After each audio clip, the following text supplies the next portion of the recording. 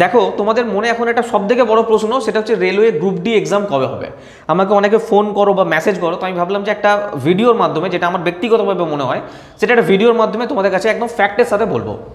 Group D exam আমি 2025-এর কথা বলছি। তোমাদের জানো তোমরা যে রেলওয়ে ক্যালেন্ডার জারি করে এবং প্রত্যেক বছর প্রত্যেকটা এক্সাম নেওয়ার তারা প্রমিস করেছে। তো সেরকমই গ্রুপ ডির এক্সামের ফর্ম তোমরা জানো জানুয়ারিতে বেরিয়েছে।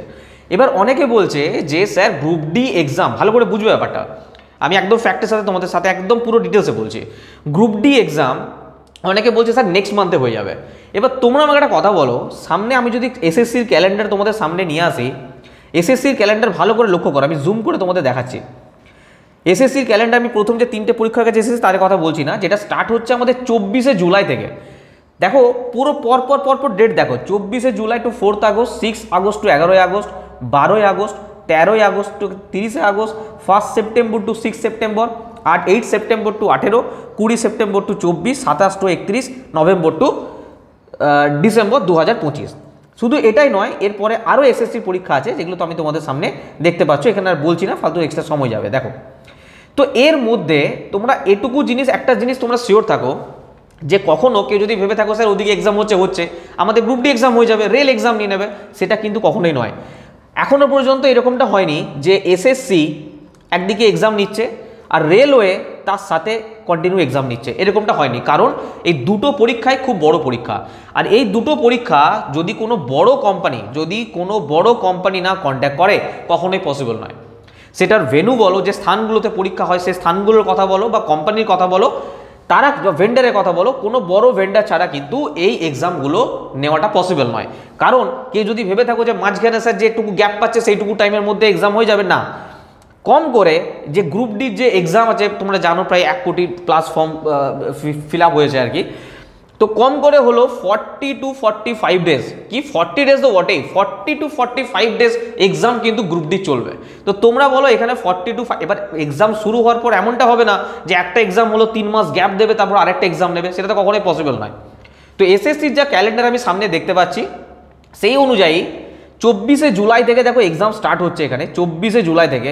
তো এরপর কিন্তু গ্রুপ ডি এক্সাম হওয়া কিন্তু খুবই চাপ আছে।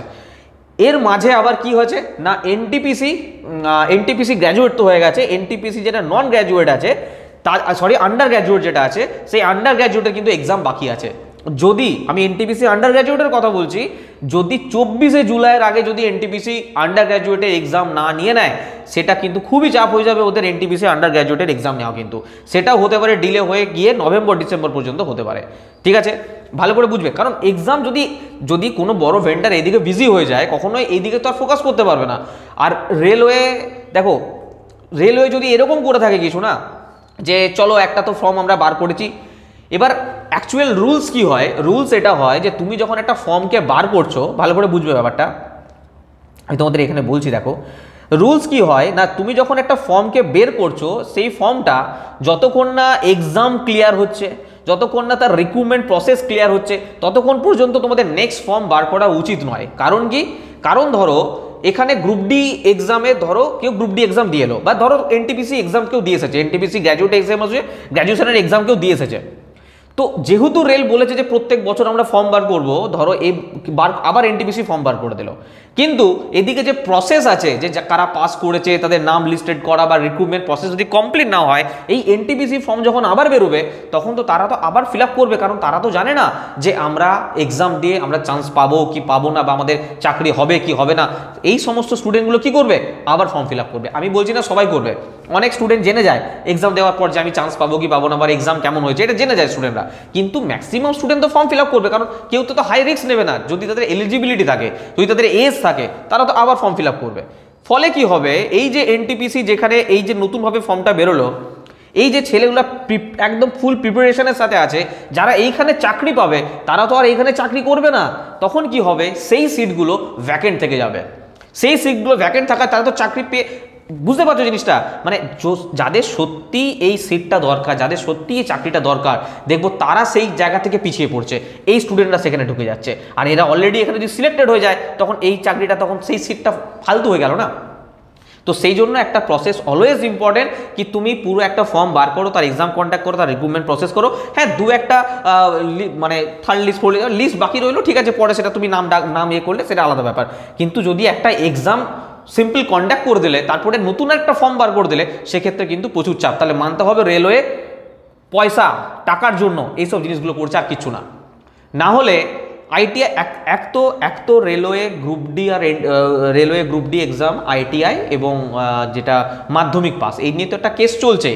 তো কেউ যদি ভেবে থাকো যে আমাদের এক্সাম হয়তো পরের মাসে হবে বা 2 মাসের মধ্যে হবে, তো এর কিন্তু সম্ভাবনা খুবই কম। এবার তো রেল তো কুচবি করতে পারে, ঠিক আছে, তা তো মানে কি করবে তাদের বলা খুব মুশকিল আছে আর কি। কিন্তু আমার যেটুকু যা ফ্যাক্ট বলছে বা সিচুয়েশন যা বলছে বা আমার ব্যক্তিগত মতামত আমি এখানে বলছি, এটা নয় কি কেউ কমেন্টে লেখো স্যার এক্সাম তো হবে, হতে পারে, সেটা আলাদা ব্যাপার। কিন্তু আমার যেটা মনে হয়, যদি বলো এক্সাম ডেটের কথা, তাহলে কিন্তু নভেম্বর ডিসেম্বরের আগে এক্সাম হওয়ার সম্ভাবনা কিন্তু নেই, রেলওয়ে গ্রুপ ডির নেই। আন্ডার গ্র্যাজুয়েটও যদি এর মধ্যে না নিয়ে নেয় তাহলে কিন্তু আন্ডার গ্র্যাজুয়েটের এক্সাম হওয়া খুব চাপ আছে, ঠিক আছে। তো কেউ ভেবে যদি থাকো যে নভেম্বর ডিসেম্বরের আগে এক্সাম হবে, সেটা কিন্তু সম্ভাবনা কম, কারণ অলরেডি কেস চলছে, তার উপর এখানে এসএসসির এক্সাম স্টার্ট হচ্ছে। আর এটা তো হবে না যে আন্ডার গ্র্যাজুয়েটের এক্সাম হচ্ছে না, তার আগে গ্রুপ ডির এক্সাম হয়ে যাবে, কারণ গ্রুপ ডির এক্সামের আগে এনটিপিসির ফর্ম বেরিয়েছে, তো অবশ্যই এনটিপিসি আগে ক্লিয়ার করবে, তারপর গ্রুপ ডি হবে, ঠিক আছে। কারণ এদের তো আবার ফর্ম বার করতে হবে না। এবারে ধরো জানুয়ারিতে ফর্ম বেরিয়েছে, 2026-এ মেনে চলো মোটামুটি ফেব্রুয়ারি কি মার্চে এক্সাম আবার ফর্ম বেরোবে গ্রুপ ডির জন্য, তার আগে তো রিক্রুটমেন্ট প্রসেস কমপ্লিট করতে হবে।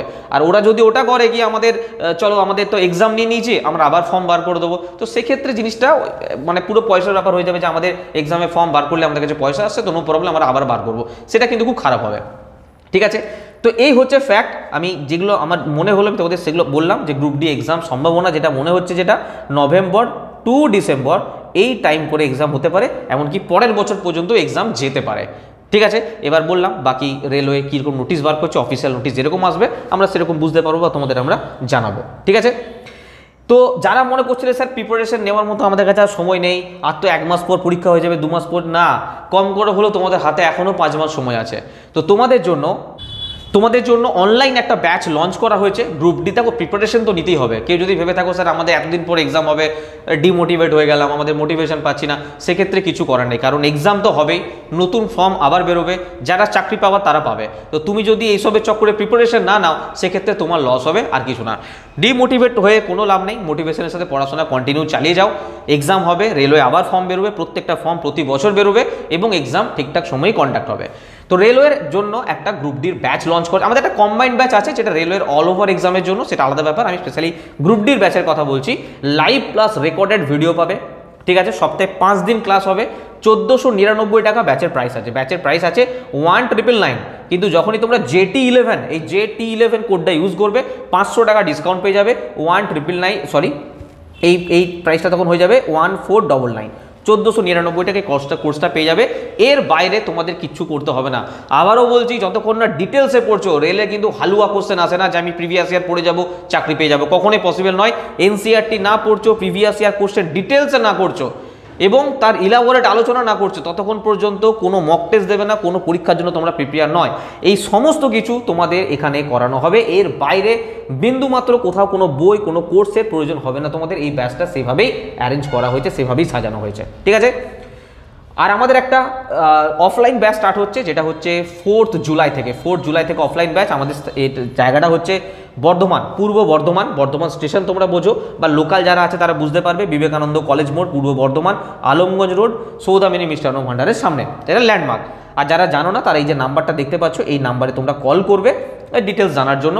কোনো রকম কোনো রেজিস্ট্রেশন ফিস এই মুহূর্তে নেই, কোনো এক্সট্রা চার্জ নেই, কোনো কিছু নেই। Only monthly 500 salary, only 500। এর মধ্যে তোমাদের A to Z সব কিছু, অনলাইন অফলাইন ক্লাস পাবে, ডিজিটাল বোর্ডে ক্লাস পাবে, theory class, PYQ, monthly test series, doubt session, everything এর মধ্যে সমস্ত কিছু রাখা হয়েছে, ঠিক আছে। শুধু গ্রুপ ডি বলবো না, এই ব্যাচটা তোমাদের মারাত্মক রেলওয়ে যে কোনো এক্সামে, আমরা শুধু রেলওয়ে পড়াই, তো রেলওয়ে যে কোনো এক্সামের জন্য তোমাদের জন্য মারাত্মক হেল্পফুল একটা অফলাইন ব্যাচ আমরা শুরু করেছি, ঠিক আছে। আর এটা জানিয়ে রাখি, তোমাদের যদি প্রিভিয়াস ইয়ার কোশ্চেন বাংলা ভাষায় প্রিপারেশন নিতে চাও, তোমরা প্রিপেয়ার হতে চাও তোমরা, তো আমাদের বই বার করেছি আমরা। তোমরা জানো 2016 থেকে 2022-এর যত এক্সাম হয়েছে রেলওয়ে, সমস্ত এক্সামে একদম চ্যাপ্টার ওয়াইজ বই, একদম সম্পূর্ণ বাংলা ভাষায় বই। জেনারেল সায়েন্সের আছে, জেনারেল ম্যাথামেটিক্সের আছে, জেনারেল নলেজের আছে।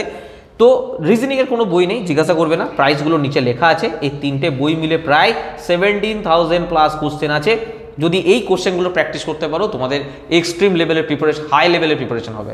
এটা 2016 থেকে 2022।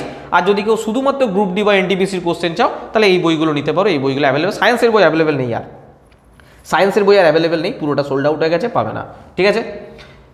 আর যদি কেউ অ্যাপ্লিকেশন থেকে আমাদের কোর্স নাও, সিম্পল অ্যাপ্লিকেশনের লিঙ্ক আমার দেওয়া থাকবে। সিম্পল কী করবে, তোমরা রেজিস্টারে ক্লিক করবে, রেজিস্টারে ক্লিক করে অ্যাপ্লিকেশন ইনস্টল করবে, ইনস্টল করার পর রেজিস্টারে ক্লিক করবে, তারপর তোমরা সোজা পেড কোর্সে যাবে। যদি পিডিএফ পড়তে চাও, পিডিএফের জন্য স্টাডি মেটেরিয়াল, আর যদি বই কিনতে চাও তাহলে তোমরা বুক সেকশনে যাবে, এখান থেকে ডাইরেক্ট অর্ডার দিতে পারো, অথবা পেড কোর্সে গিয়ে তোমরা কোর্স নিতে পারো, যে কোর্সটা তোমরা চাইছো, ঠিক আছে। আমাদের এক্সাম গ্র্যাভিটি অ্যাপ্লিকেশনের লিঙ্ক আমরা দিয়ে দেবো ডিসক্রিপশন বক্সে, ওখান থেকে পেয়ে যাবে। অথবা যদি কোনো কিছু না করতে চাও, এই যে নাম্বারটা দেখতে পাচ্ছ, এই নাম্বারটা শুধু তোমরা কল বা হোয়াটসঅ্যাপ করো। হোয়াটসঅ্যাপ করলে রানিং রিপ্লাই পাবে। এই নাম্বারে তোমাদেরকে বলবে যে স্যার আমি এই কোর্সটা নেবো বা এই বইটা নেবো, বা কোনো এনকোয়ারি থাকলে এটাই করবে। তোমাদেরকে কিউআর কোড বা পেমেন্ট ডিটেলস পাঠিয়ে দেওয়া হবে, পেমেন্ট করে স্ক্রিনশট দেবে, তোমাদের অ্যাপ্লিকেশনে অ্যাড করে ডিটেলসে বুঝিয়ে দেওয়া হবে। এই নাম্বারটায় তোমরা কোনো কোয়ারি থাকলে জিজ্ঞাসা করতে পারো, ঠিক আছে। তো আমার যেটা ব্যক্তিগতভাবে মনে হলো, আমি তোমাদের সেই জিনিসটা আলোচনা করলাম যে গ্রুপ ডি এক্সাম তোমরা অনেকদিন ধরে বলছে কবে হতে পারে, আমি ডিটেলসে তোমাদের সাথে আলোচনা করলাম। যদি ভালো লেগে থাকে অবশ্যই তোমরা কমেন্ট বক্সে তোমাদের মতামত জানাও যে তোমাদের কি মনে হয় গ্রুপ ডি এক্সাম কবে হতে পারে। চলো, পরে ভিডিও আবার দেখা হচ্ছে, সবাই খুব ভালো থাকবে, বাই।